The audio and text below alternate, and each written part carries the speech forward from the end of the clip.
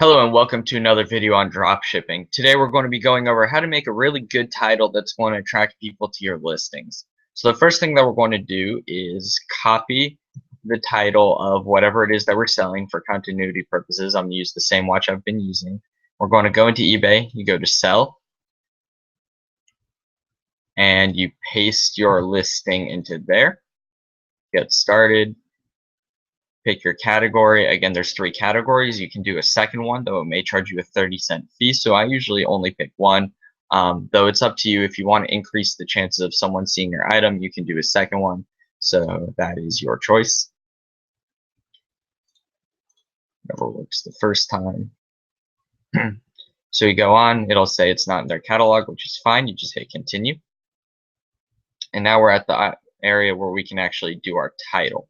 So the first thing you want to do is go ahead and clean it up and take out anything that's not really necessary. That'll be model numbers or just useless words. So like that can come out. You can take out the word and. I'm just typing in and in their searches. Let's see.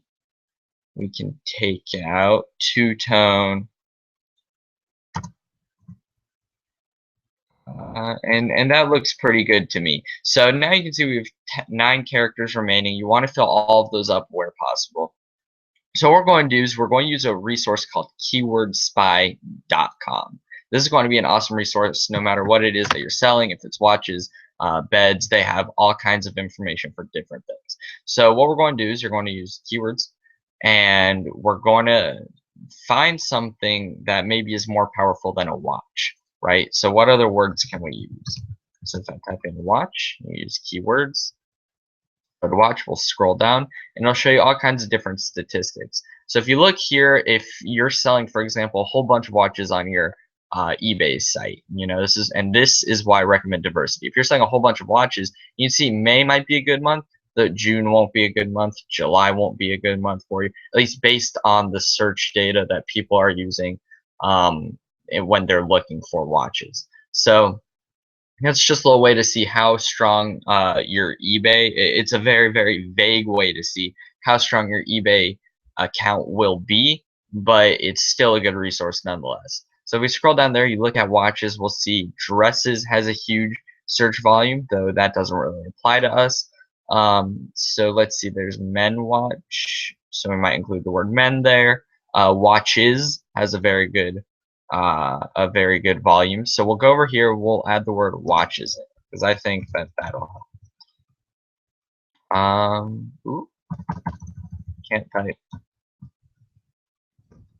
So you go to watches. Let's say we took out diver. Maybe we don't think people are looking for a diver watch.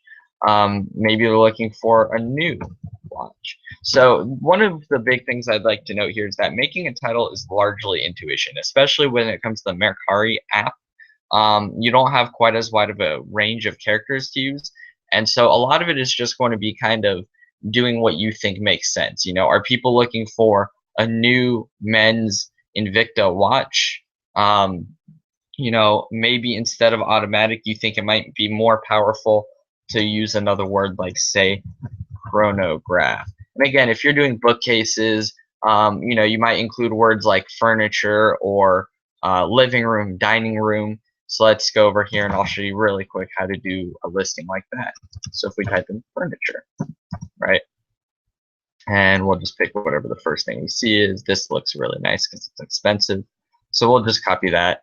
And so I can show you guys how I would go about doing the listing. First pull out anything that's not necessarily important. Like I usually pull out the brand name. Let's see. We don't really need the comma. I usually take out commas. I'll usually take out hyphens and such. Sometimes I leave them in. It depends. But yeah. So from there you can add furniture, dining, or we'll add living room. I mean, you could add words like college, you could add apartment, you could add moving, you could add new.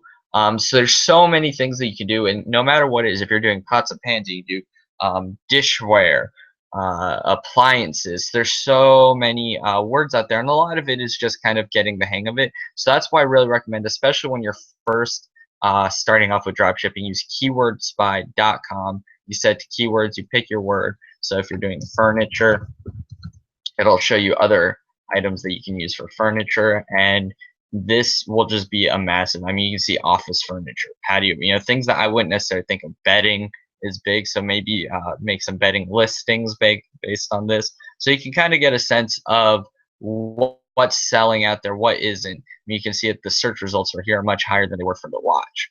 So I hope that this video, guys, helps with your listings.